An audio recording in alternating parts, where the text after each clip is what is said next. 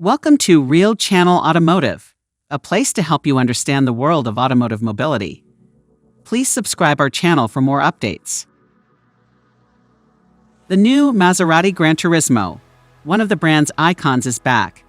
Maserati presents the new GranTurismo, marking a new chapter in a story that began 75 years ago with the Maserati S6 1500.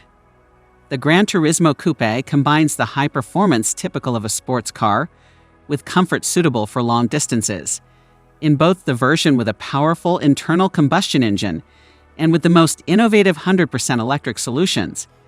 It represents a benchmark, embodying the concept of the others just travel. This model is taking the house of the Trident forward into the future. It is the first car in the brand's history to adopt a 100% electric powertrain. While the new GranTurismo shares a design with the previous generation model, the two share no body panels.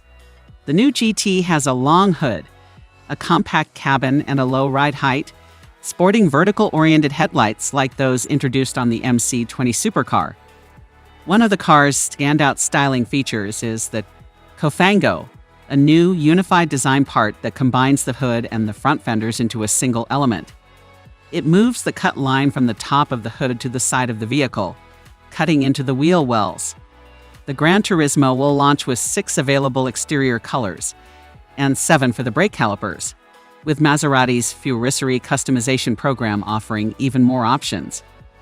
The new coupe is equipped with the revolutionary V6 Nettuno engine, available in 2 versions: the Modena, with the 490 horsepower 3-liter V6 Nettuno twin-turbo. The high-performance Trofeo version is based on the same engine, upgraded to a maximum power of 550 horsepower. Alternatively, the GranTurismo Folgore adopts a 100% electric battery-based powertrain.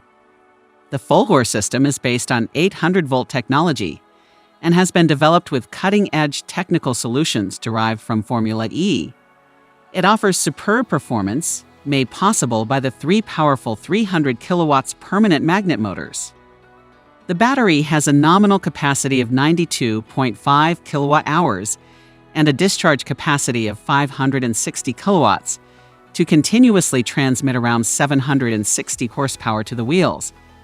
The specific setup and innovative layout of the battery result in the containment of vehicle height to 1,353 millimeters, without compromising its sporty nature.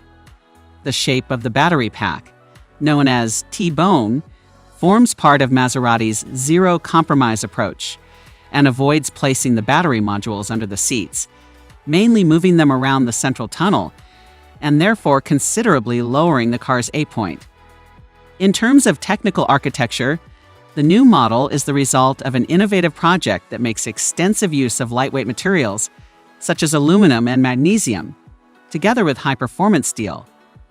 Such a multi-material approach required new manufacturing processes to be created, resulting in best-in-class weight levels. This approach is paired with new Atlantis high electrical or electronic architecture, based on CAN-FD messages sent at speeds of up to 2 milliseconds. The system also comes with advanced Level 5 cybersecurity and flash-over-the-air features. The Fulcrum is the Vehicle Domain Control Module Master Controller, a 100% Maserati project consisting of the software that provides 360 degrees control of all the most important car systems for the best driving experience in all conditions. Before the invention of the GranTurismo concept 75 years ago, a customer basically had to decide between a race car or a car for the road. And what the concept of GranTurismo did is brought these 2 worlds together, so you could track your car and then drive it home. Basically, by combining this central fuselage with the engine, which in that day was basically that of a Formula 1 car, and making the car road legal by adding headlights and the volumes that protect the wheels.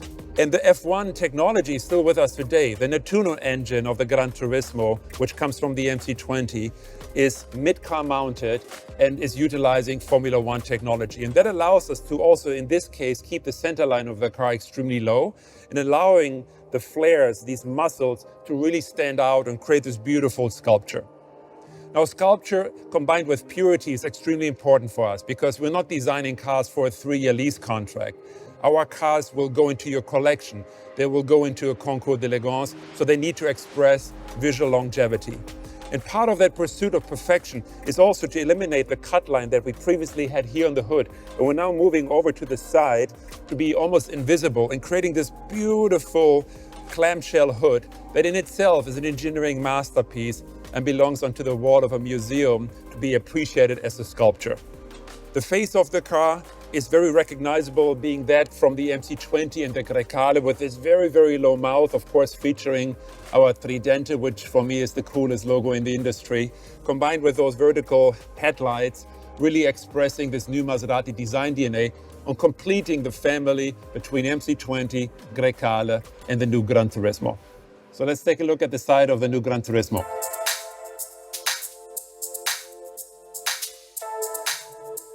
You can really appreciate the clean construction and the amazing proportion. But believe me, clean construction, clean design is the most difficult thing for a designer because there's so many things in your way. You have to consider the glass drop. You have to consider the hinges of the door. You have to consider side impact. But still, with tight collaboration with the engineering team in Modena, we're able to create this very, very pure sculpture, the very pure fuselage design of the door and the rest of the car. When it comes to the front, these beautiful muscles that are covering the massive front tires, 265/20, and the big 295 21-inch wheels. When it comes to this part, we're really applying still the human hand. Yes, we're using lasers, we are digitizing, we're scanning, we're using data. But when it comes to such critical parts of the car that are so important to our design and DNA, we're still applying the touch of the human hand.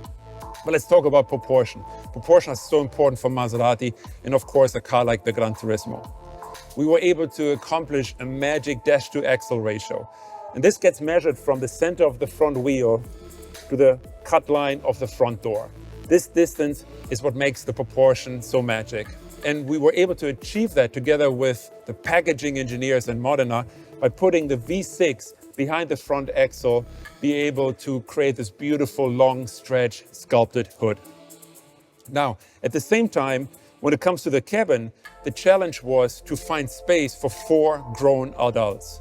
We wanted at the same time to create something very intimate, something that looks very tight, very sporty. And the trick is, when you look at the central line here, that is actually quite high because it has to clear the head of the rear passengers. At the same time, you have the dropping line, the graphic of the window. This distance is quite big, but it allows us to combine package for 4 adults with the look of a very, very tight and sporty cabin. But the result, nonetheless, is through great packaging that we can hold 4 adults and we can combine that with supercar performance that in this combination really lets the Gran Turismo stand out. So I hope you enjoyed this little introduction to the Maserati Gran Turismo, and I hope to see you soon on the streets.